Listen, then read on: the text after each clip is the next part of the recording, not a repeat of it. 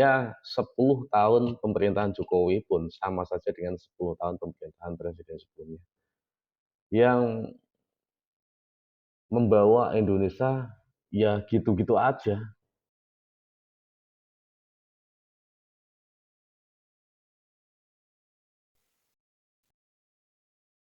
Baik, Assalamualaikum warahmatullahi wabarakatuh. Kembali bersama saya tentunya di channel Rian TV.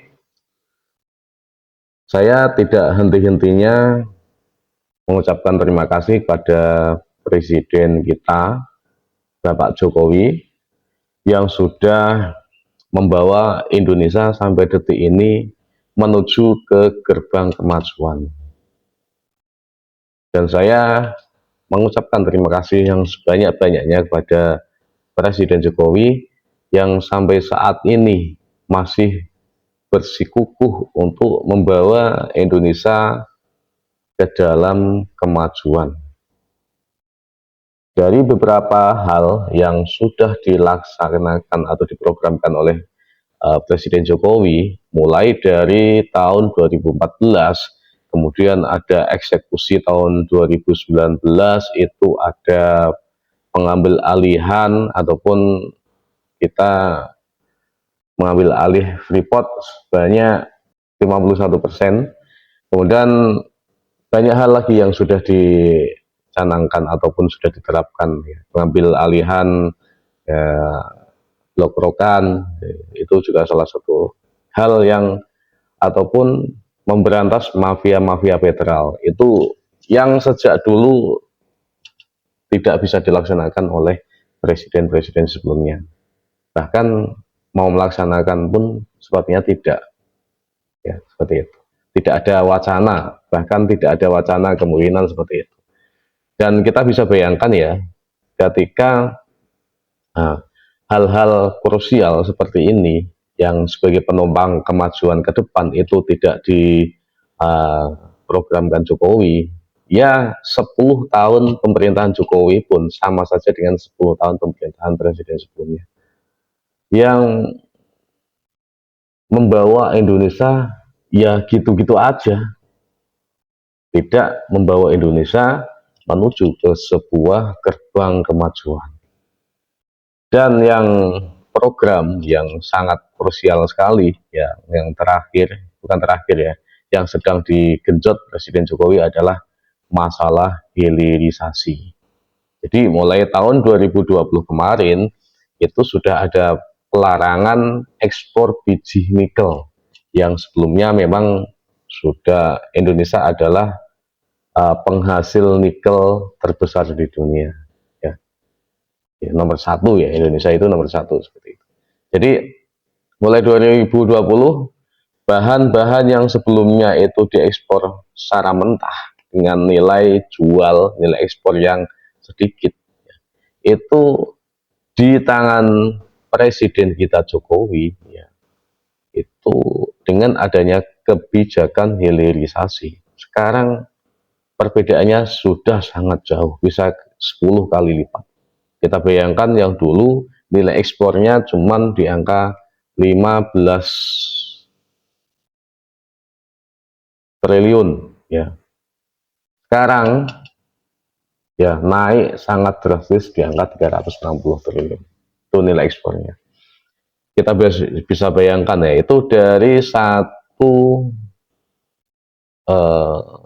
dari satu bahan, ya, tambang Indonesia yang kita gunakan semaksimal mungkin dengan mengolah sendiri di Indonesia, kemudian dijual dalam bentuk setengah jadi ataupun sudah jadi.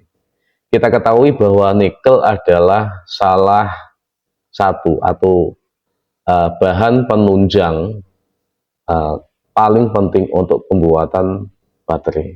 Sedangkan baterai ya sekarang itu sedang diproduksi secara besar-besaran, ya, di Indonesia pun, ya, karena penerapan mobil listrik sebagai mobil masa depan itu sudah sangat digalakkan di Indonesia, itu digalakkan sekali.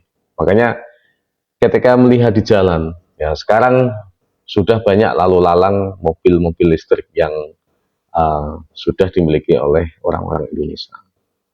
dan tidak kemungkinan besar bisa 10 tahun ke depan itu orang-orang sudah berbondong-bondong, orang-orang sudah beralih untuk menggunakan kendaraan listrik, motor listrik, mobil listrik itu ya ke depannya. Karena pembaruan energi ini sangat penting ya. Energi fosil yang digunakan itu sekarang kan bensin, itu energi fosil dari minyak.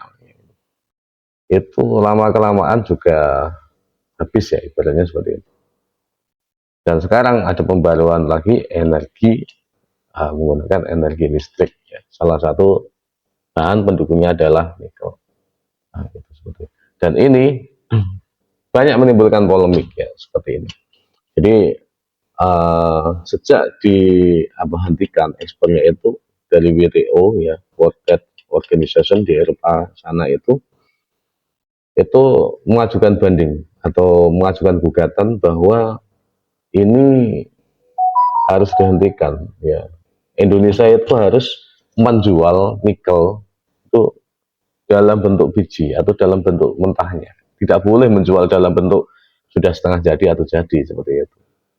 Dan Indonesia sebenarnya kalah ya, tapi Indonesia ini mengajukan banding dan sampai sekarang hilirisasi tetap berjalan. Dan terakhir ini ada peringatan dari IMF ya, IMF untuk menghentikan program hilirisasi yang dicanangkan Presiden Jokowi. Dengan pemerintahan Jokowi yang sangat gas, dengan kedaulatan negara Indonesia ini, maka Indonesia menyatakan bahwa akan tetap melakukan program hilirisasi. Jadi walaupun yang dikatakan IMF itu mengatakan bahwa dengan adanya hilirisasi itu akan mengganggu pasokan nikel global. Dan itulah yang seharusnya dilakukan Indonesia. Nah, nikel yang sudah jadi, yang dulu Indonesia itu hanya sebagai konsumen, menjual barang mentah, kemudian akhirnya menjadi konsumen. Sekarang Indonesia itu menjadi negara produsen. Itu kan yang diharapkan Presiden Jokowi, dan itu salah satu penopang ya agar Indonesia itu menjadi negara maju. Kalau cuma dijual saja dalam bentuk mentah, kita menjadi negara konsumen, dijoki ya barang-barang yang sudah jadi seperti itu hanya sebagai pemakai. Ya sampai kapan Indonesia maju? Sedangkan semua ya bahan-bahan mentah di Indonesia ini melimpah. Ya jelas menolak, saya juga menolak kalau ini digugat ataupun dilarang oleh ya. Dan sebagai negara maju ini akan tetap dilaksanakan seperti itu. Saya turut apresiasi pada Menteri Jokowi yang sudah mengatakan tegas bahwa sampai langit runtuh pun program hilirisasi akan tetap jalan tegas, dan Jokowi juga menyatakan lebih tegas lagi bahwa akan tetap melaksanakan program ini untuk negara Indonesia menjadi negara maju. Terima kasih dari saya. Assalamualaikum warahmatullahi wabarakatuh.